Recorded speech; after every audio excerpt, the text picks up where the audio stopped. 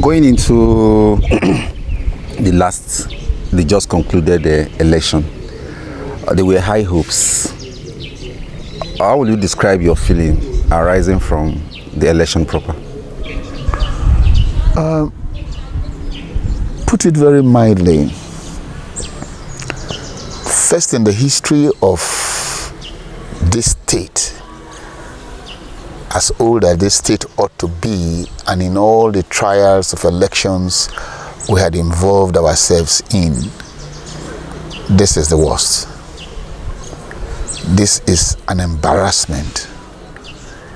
This is an election where people and persons decided that they can take Deltans for granted, decided that there is no law, decided that anything goes. In all my outings, I've said that Delta State is a fatherless nation. It's a fatherless state where there's no governor, there's nobody to give directives or put people the way they should behave. In every society, there's a simple rule of law. In every society, there's a way people should conduct themselves. But unfortunately, Delta State, and the main reasons why I decided I was going to come and run for the governorship, is that it's a fatherless and a motherless state. Anything goes. That is why you find people who either to know in their hearts that they ought not to be eligible to contest election, just put in papers. Just pick piece of papers that are worthless as certificate, piece of papers that made no meaning as document, and they want to conduct election believing that it's a business as usual. But the unfortunateness for them is that I'm involved in this election, and all that I stand for is character, all that I stand for is honesty, all that I stand for is that Delta is the only state God has given to me, and from Oginibo. And I don't believe that God made a mistake. If God wanted me to be an American, a Japanese, or a Pakistani, or English, he would have made me so. But he decided to make me here. And for as long as I live, I will make sure I continuously do that I can go back to my God to say that I did it. So that is what you've got. It's a very shameful election. You have people cooking food for people. You have them paying between 5,000 and 10,000 naira each to every voter. You have them removing the entire beavers from most parts of the state and compromise the whole, and just decided to announce the result the way they like and allocate the results, you know. It became a do or die. When a man takes any issue as a do or die affair, you come to terms with the fact that the man has lost glory. He's lost everything with God. He's lost everything with character. He's lost everything with, behavior and pattern. And it doesn't take you anywhere. It's only a matter of time. People will start realizing that those things they didn't pay, and it will never pay. That's my position. That said, you just submitted your petition a fortnight, and from what we are reading from your petition, you seem to have done a great work, like you posited. Almost all the candidates that went into that election had one or two cases to answer that, in your submission, were more of a criminal in nature. What went into putting all of that together? Was it your criminology orientation that came to play there, or your background as a lawyer? Put it the way you want to say it. I'm a criminologist, I'm a lawyer, I'm a child who has come from grass. I'm heading somewhere. I mean, God will decide whether it is grace or not. But I believe very strongly that, first and foremost, all those candidates, supposedly as they were listed, they are not qualified. And Section 177 of the Constitution is very clear. And as a lawyer, if I cannot see what is clear or what is black from white, then I didn't go to school at all. I should go back to the drawing board. They were not qualified. They ought not to. If they are responsible people with character first and foremost, they will never have vied. But they believe that everything, like I said, goes for Delta State. Criminals can rule. Criminals have been ruling the state anyway. It's a shame. It's a shame looking at those records. And I was a bit mild in presentation. I have ×5 whatever you have seen in that petition, which I will release going forward, but just waiting for them to reply. The appropriate thing for them to do is to call themselves to talk, to say, oh, sorry, this is not business as usual. But if they fail to honor themselves, nobody should hold me accountable. A number of people have been talking to me. Some of them, the candidates, they've come to see me, to talk to me, to try to appeal to me. The fact is that I don't have any grouse with anybody. I just believe that this is the way we were brought up. This is the way sensible people ought to live. This is the way people with minimum character ought to present themselves and behave. So I have documented those facts. As a lawyer, they are facts that are not controversial. You can't controvert them. You cannot say they don't exist. It is for them to come and tell us they don't exist. We have all the originals of the document. We have all the paperwork. We have, in fact, even since yesterday that we have presented the petition, or just before we presented the petition, more facts, more revelations had, arrived from our search and what have you. So we are prepared, and the court, being the hope of the last person standing, these facts are there for them to judge. These facts are there for them to look at. And I believe victory is definitely ours, given the facts on ground. Yes, sir. Before I delve into the merit of, let me not say merit, the basis for the contest considering the judiciary and the way they have interpreted most of these things in the recent time.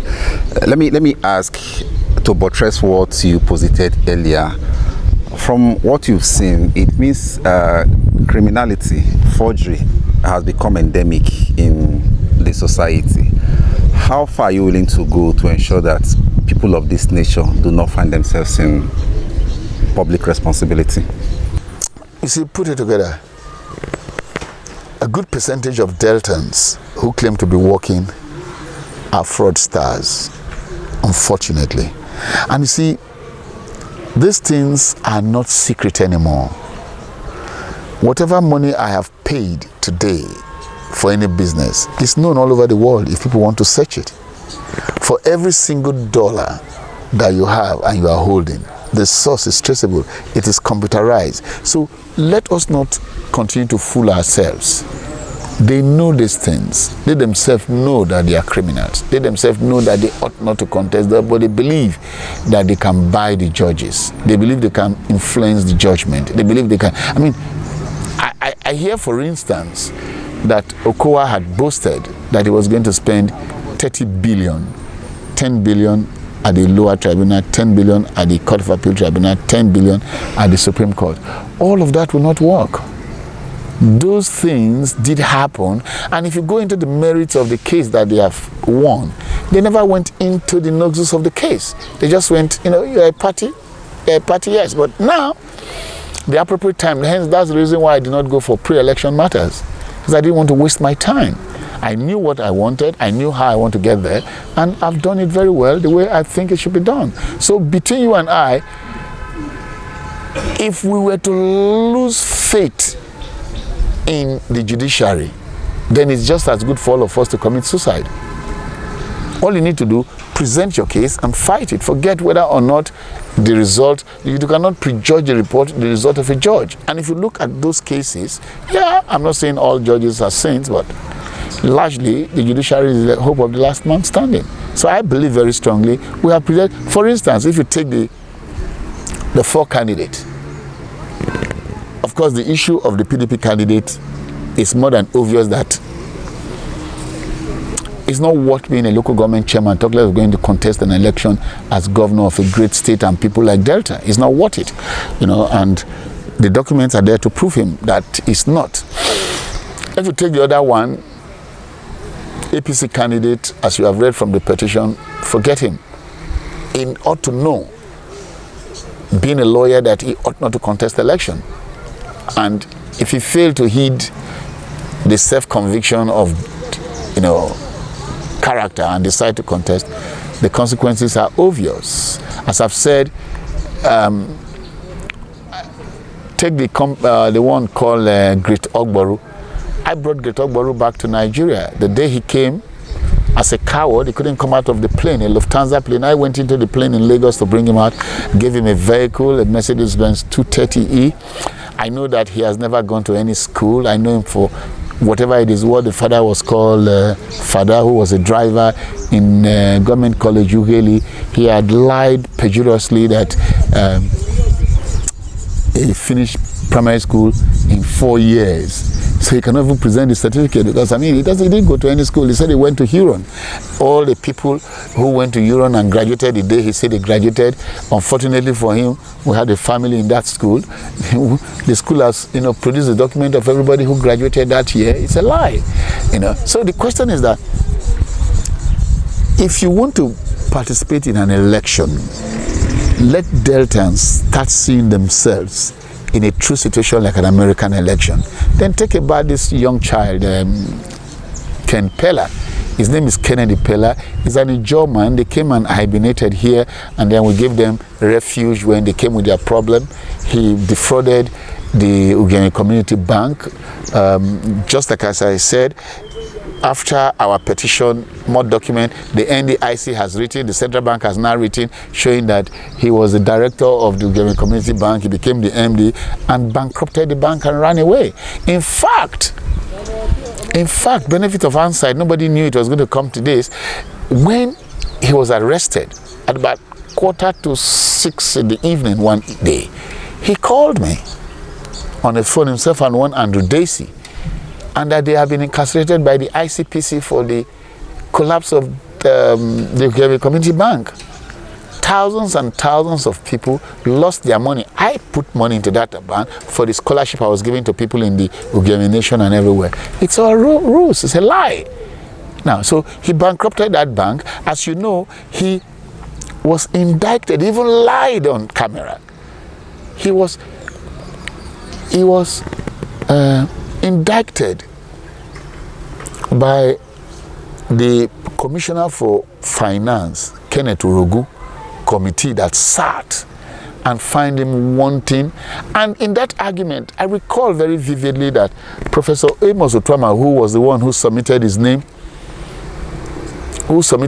for that appointment to the building society where he stole 100 million naira. You can imagine the effrontery.